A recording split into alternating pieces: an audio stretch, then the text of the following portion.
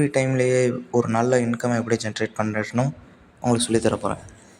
Okay case, இப்போ நம்ம வீடியோக்குள்ள போகிறதுக்கு முன்னாடி ஒரு யூஸ்ஃபுல்லான விஷயத்தை நீங்கள் தெரிஞ்சுக்கோங்க. கண்டிப்பாக எல்லாரும் யூஸ்ஃபுல்லாக ஜஸ்ட் சிம்பிளாக இன்ஸ்டாகிராம் வச்சு ஃபேஸ்புக் வச்சு ஒரு போஸ்ட் போட்டு ஒரு டேக்கு 200 to 300 அவர் ஜாயின் பண்ணலாம். ப்ளஸ் இது ஒரு 5 minutes தான் ஸ்பெண்ட் பண்ண போகிறோம் அப்படின்றதுனால யார் வேணால் பயன்படுத்திக்கலாம் இந்த ஆப்பர்ச்சுனிட்டி. இது கொஞ்சம் டீட்டெயிலாக பாருங்கள். ஸ்கிப் பண்ணாதீங்க. பெரிய தப்பு. தினம் ₹300 சம்பாதிக்க அரிய வாய்ப்பு. இன்ஸ்டாகிராம், ஃபேஸ்புக் பயன்படுத்த தெரிந்தால் போதும். Content post and content publishing மூலமா தினம் ₹300 சம்பாதிக்கலாம். இந்த வேலை செய்ய 5 நிமிடம் போதும். Work training support, group communication support, all language customer live chat support, முக்கியமா சொந்தமா ஒரு பிசினஸ் ஸ்டார்ட் பண்ற அளவுக்கு உங்களால கற்றுக்கொள்ளவும் முடியும், சம்பாதிக்கவும் முடியும். இந்த வேலை வாய்ப்பு வழங்குவது 5 வருடத்திற்கு மேல ரன் ஆகிட்டு இருக்க நம்ம தமிழ்நாட்டு company school of business organisation private limited. மேலும் விவரங்களுக்கு டிஸ்கிரிப்ஷன்ல கொடுத்திருக்க நம்பருக்கு வாட்ஸ்அப் பண்ணுங்க. என்னோடய வாழ்க்கையில் நடந்த ஒரு இன்சிடெண்ட்டை வச்சு நான் என் ஃப்ரெண்டுக்கு ஒரு அட்வைஸ் கொடுத்துட்டு இருந்தேன். அப்போ அவன் இன்ஸ்பைரிங்காக இருக்குன்னு சொல்லி சொன்னான். அதுவும் நான் கேட்ட ஒரு இன்ஸ்பைரிங் ஸ்டோரியும் உங்களுக்கு மிக்ஸ் பண்ணி ஒரு ஸ்டோரி சொல்கிறேன், கேளுங்க. ஒரு ஊரில் 2 நண்பர்கள் வாழ்ந்துட்டு வந்தாங்க. அவங்க 2 பேருமே வெவ்வேறு வேலைகள் செஞ்சுக்கிட்டு இருந்தாங்க. வாரம் முழுவதுமே வேலை செஞ்சுக்கிட்டு இருப்பாங்க. வார இறுதியில் ஏதாவது ஒரு இடத்துக்கு போகலாம் அப்படிங்கிற ஒரு பிளான் எப்போவுமே வச்சுருப்பாங்க. அவங்களுக்கு பிடிச்ச இடம் என்னன்னு பார்த்தீங்கன்னா, அவங்க ஊர்லேயே ஒரு சின்ன ஏரி ஒன்று இருந்துச்சு. வார இறுதியில் எப்போவுமே அந்த ஏரிக்கு போவாங்க.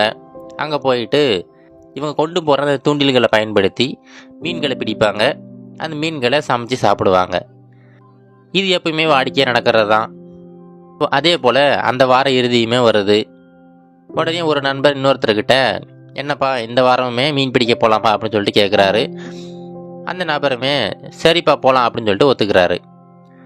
அந்த மீன் பிடிக்கிறதுக்கு தேவையான எல்லா பொருட்களையுமே எடுத்துக்கிட்டு அடுத்த நாள் காலையில் 2 பேருமே அந்த ஏரிக்கிட்ட போகிறாங்க. அந்த ஏரி ரொம்ப அழகாக இருக்குது, ரொம்ப அமைதியாக இருக்குது.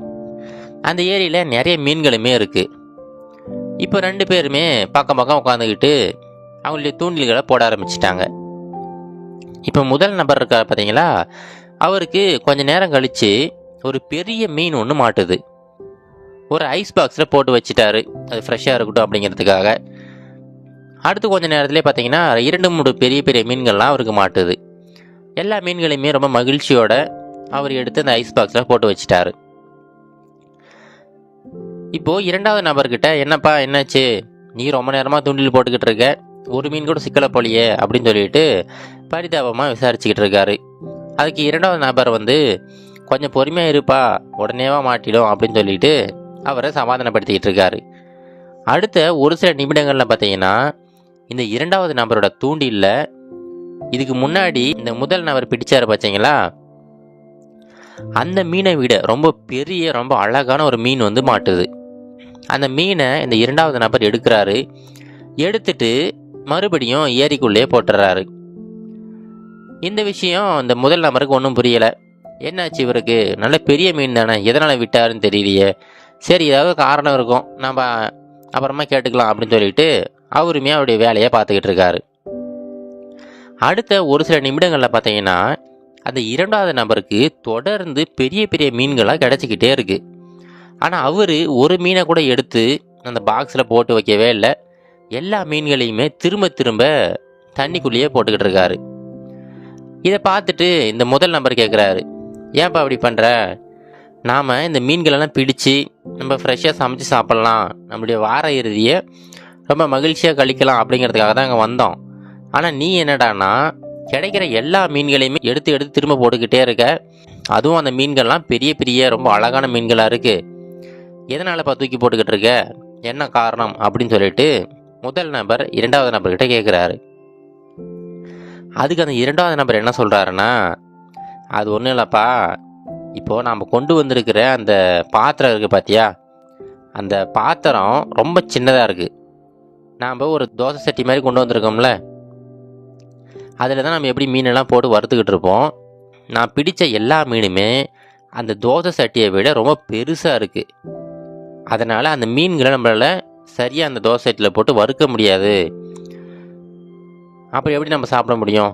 அதனால தான் நான் மறுபடியும் அந்த பெரிய மீன்கள்லாம் தூக்கி போட்டுட்டு நம்மக்கிட்ட இருக்கிற அந்த பாத்திரத்துக்கு தகுந்தாப்பில் ஏதாவது மீன் மாட்டுமா அப்படின்னு சொல்லிட்டு முயற்சி பண்ணிக்கிட்டு இருக்கேன் அப்படின்னு சொல்கிறாரு. இதை கேட்ட உடனே முதல் நபருக்கு ரொம்ப கோபம் வந்துடுச்சு. ஏன்பா, ஏன் என்னாச்சு, நீ இப்படி பண்ணுன்னு நான் எதிர்பார்க்கல. இப்போது ஒரு பெரிய மீன் சிக்கிச்சுன்னா அந்த மீனை அப்படியேவா எடுத்து நீ அதை பாத்திரத்தில் போட்டு சமைக்க போகிற? அந்த மீனை நீ கட் பண்ணி சின்ன சின்ன பீஸாக மாற்றிக்கலாமே.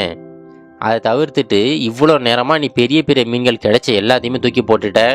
இப்போது கிட்டத்தட்ட சாயங்கால நேரமே ஆயிடுச்சு. இப்போ நம்ம கிளம்பி போக வேண்டியதுதான். இப்படி தேவையில்லாமல் எல்லா வாய்ப்புகளையுமே வீணடிச்சிட்டியப்பா அப்படின்னு சொல்லிட்டு அந்த இரண்டாவது நபருக்கு புத்திமதி சொல்கிறாரு. இப்போவே இந்த கதையில் வந்தது போல தாங்க, இந்த இரண்டாவது நபர் போல தான் நம்ம உலகத்தில் நிறைய மக்கள் இருக்காங்க.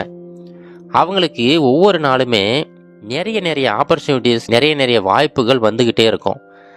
ஆனால் அந்த வாய்ப்புகள் எல்லாத்தையுமே ஏதாவது ஒரு சின்ன காரணம், ஏதாவது ஒரு சின்ன காரணங்களை சொல்லி அந்த வாய்ப்புகளை தவற விட்டுக்கிட்டே இருப்பாங்க. காலப்போக்கில் எல்லா வாய்ப்புகளுமே முடிஞ்சு அதுக்கப்புறம் வாய்ப்புகளே வராத சூழ்நிலை வரும்போது தான் அவங்களுக்கு புரியும் அவங்களுடைய வாழ்க்கையில் எவ்வளவு வாய்ப்புகளை வீணடிச்சிருக்கோம் அப்படின்னு சொல்லிட்டு. அதனால் இதை மட்டும் எப்போவுமே உங்கள் மனசில் வச்சுக்கோங்க. எல்லா தருணங்களையுமே ஒரு வாய்ப்புகளாக நினைக்க ஆரம்பிங்க. எல்லா வாய்ப்புகளையுமே ஒரு வெற்றிக்கான பாதையாக நீங்கள் நினைக்க ஆரம்பிங்க. அப்படி நீங்கள் நினைக்க ஆரம்பிச்சிட்டிங்கன்னா கண்டிப்பாக எல்லா வாய்ப்புகளையுமே நீங்கள் பயன்படுத்துவீங்க. உங்களுடைய வெற்றியை யாராலையுமே தடுக்க முடியாது. நீங்களுமே ஒரு பெரிய வெற்றியாளராக மாறுவீங்க.